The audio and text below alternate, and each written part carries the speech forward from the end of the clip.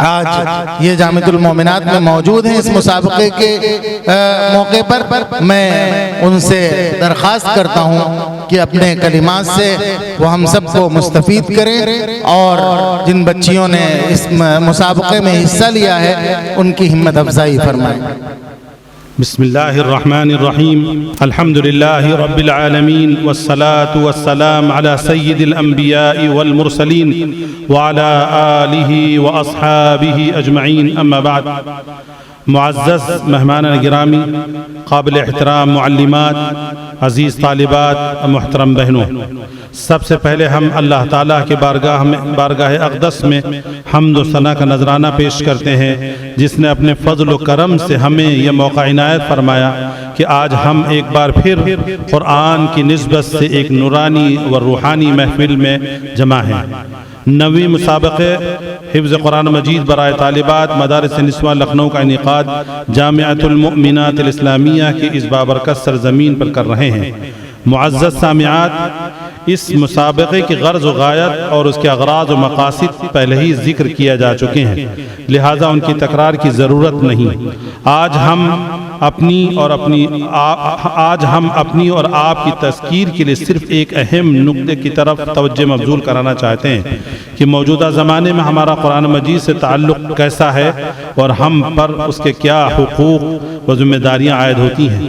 معزز سامعات، ہم سب جانتے ہیں کہ قرآن مجید ایک ایسی کتاب ہدایت ہے جو عہد رسالت سے لے کر قیامت تک تمام انسانیت کے لیے مشعل راہ بنی رہی ہے۔ اللہ تعالیٰ نے اس کتاب کو اتنا جامع، مانع و کامل بنایا ہے کہ ایمان، عبادت و معاملات، معاشرت، اخلاق، سماجیات، معاشیات اور اقتصادیات، زندگی کے تمام اصول اس کے اندر مذکور ہیں، البتہ اس کی تفسیر و تشریح احادیث نبویہ میں ملتی ہے۔ افسوس کہ آج ہمارا تعلق اس عظیم کتاب سے روز بروز منقطع ہوتے جا رہا ہے۔ یہ وہ کتاب ہے جو کبھی ہماری رہنمائی کا مرکز تھی، مگر اب ہماری مساجد اور گھروں میں جزدانوں میں قید ہو کر رہ گئی ہے۔ نہ تلاوت ہے، نہ تدبر ہے، اور نہ ہی اس کے احکام پر عمل ہے۔ آج کا مسلمان دنیا کی دوڑ میں اس قدر محو ہو چکا ہے کہ قرآن کریم کے احکام و مسائل کو سمجھنا تو درکنار، تلاوت کے لیے بھی وقت نکالنا مشکل ہو جاتا ہے، مشکل سمجھتا بھی ہے۔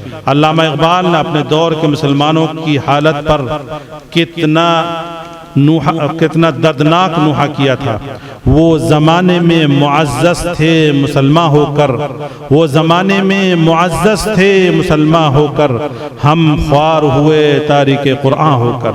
معزز سامعات، آج ہم اپنے بچوں کی دنیاوی تعلیم کے بارے میں دو بے پناہ فکر کرتے ہیں، ان کے لیے اعلیٰ اسکولوں کا انتخاب کرتے ہیں، مہنگے ٹیوشن اور کوچنگ کے انتظامات کرتے ہیں اور اپنی تمام محنت و توجہ صرف اس عارضی دنیا کی کامیابی پر مرکوز کرتے ہیں، لیکن افسوس کہ ہم اپنی ابدی لافانی آخرت کے لیے بہت کم فکر کرتے ہیں، سوائے ان کے چند خوش نصیبوں کے جنہیں اللہ تعالیٰ نے ہدایت و دینی شعور سے نوازا ہے۔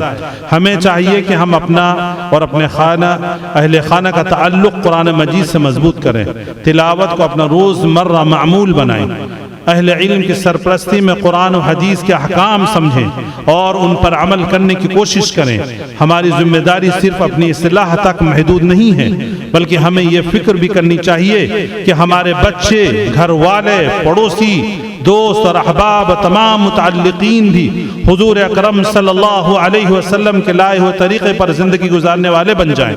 آج کا المیہ یہ ہے کہ عصری تعلیم کو اتنی فوقیت دی جا رہی ہے کہ لڑکوں اور لڑکیوں کو قرآن کریم ناظرہ کی بھی تعلیم نہیں دی جاتی۔ بہانہ یہ ہوتا ہے کہ اسکول جانا ہے، ہوم ورک کرنا ہے، پروجیکٹ کرنا ہے یا امتحانات کی تیاری کرنی ہے، یعنی دنیاوی زندگی کے لیے ہم ہر طرح کی قربانی، وقت، مال اور توانائی دینے کو تیار ہیں، مگر جب ہم بات اللہ تعالیٰ کے کلام کو سیکھنے اور اس پر عمل کرنے کی ہے تو ہمیں دشواریاں محسوس ہوتی ہیں۔ یہ رویہ نہ صرف افسوسناک ہے بلکہ ہماری روحانی تباہی کی علامت ہے۔ یاد رکھیے، قرآن سے دوری کا مطلب ہے کہ رحمت الہی سے دوری، اسی لیے ہمیں عہد کرنا چاہیے کہ قرآن کو صرف اپنی تقریبات یا محافل تک محدود نہ رکھیں، بلکہ اسے اپنے زندگی کا دستور اور اپنی نسلوں کا سرمایہ بنائیں۔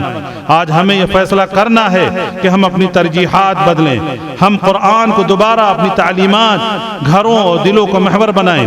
ہمیں اپنے بچیوں اور بچوں کو قرآن مجید کی تعلیم دینا اولین ذمہ داری سمجھنی چاہیے، کیونکہ یہی تعلیم انہیں دنیا و آخرت دونوں میں سرخ روح کرے گی۔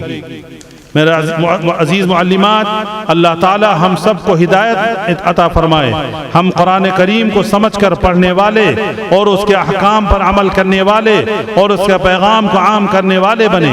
یہی قرآن سے ہمارا حقیقی تعلق ہے، ایک زندہ یا بامقصد عمل سے بھرپور تعلق یہی ہے۔ آخر میں ہم جامعۃ المومنات اسلامیہ کے تمام ذمہ داران، بالخصوص محترمہ پرنسپل صاحبہ برادرم مکرم جناب نجیب الحسن صدیقی ندوی دامت برکاتہم، جناب مطیع الحق انظر ندوی قاسمی کے بے حد مشکور ہیں، جنہوں نے اس مسابقے کے انعقاد کی سہولیت فراہم کی۔ اس طرح ہم حکم صاحبان اور تمام مہمان کرام اور عزیز طالبات کا تہ دل سے شکریہ ادا کرتے ہیں کہ ان سب کی شرکت نے اس روحانی محفل کو رونق بخشی۔ ہم دعاگو ہیں اللہ تعالی ہم سب کو قرآن مجید سے ایسا گہرا اور پائیدار تعلق نصیب فرمائے جو ہماری زندگیوں کا محور بن جائے۔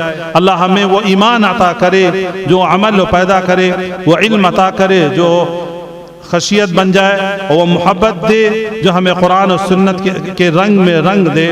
ہماری ان کاوشوں کو اپنے بارگاہ میں قبول فرمائے اور ہمیں اس امت کے زندہ و بیدار افراد میں شامل کرے جو خیر امت ہونے کا حق ادا کرے۔ جزاکم اللہ، السلام علیکم ورحمۃ اللہ وبرکاتہ۔